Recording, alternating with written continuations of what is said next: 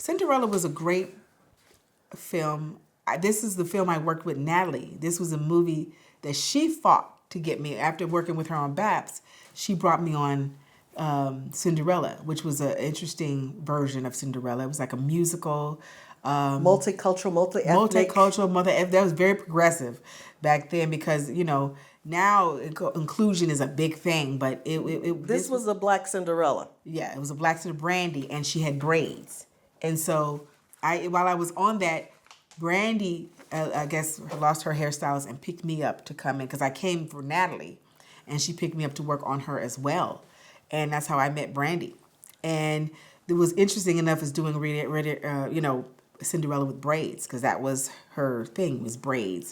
And I got to create like pieces and stuff to go along with the braids to change the hair and make the hair look different, and that's an important thing. Like wigs and pieces help you really change up the looks in a way. That's why I really got into wigs even more and pieces because it was a fast way to change looks and recreate looks for people. Because Natalie had a bunch of different hairstyles. Like in BAPS, we did a lot of different hair. She did a lot of different hair, and some of the fastest way to do it is with pieces and wigs, right? And so I had to create the same thing for Brandy, like braid pieces, braid things, so that I could, switch up her hair for Cinderella. And, even though I didn't do Whitney Houston in this movie, she was, executive producer and a big part of this movie. And it was just iconic because she was a part of it.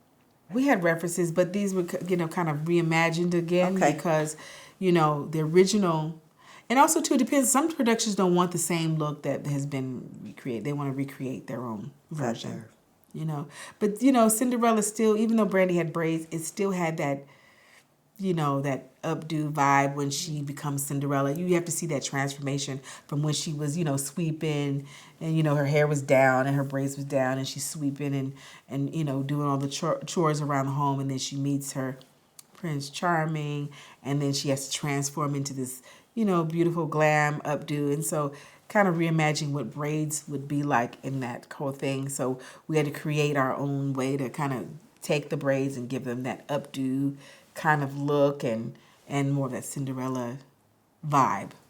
Interesting enough, before they started taking characters like that, princesses and black girls becoming princesses, you didn't really see that, before that.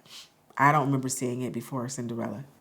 But now you got like the mermaid and now you see more of it, but back then you didn't see it. That was new. Nice. That was pretty iconic and that was great.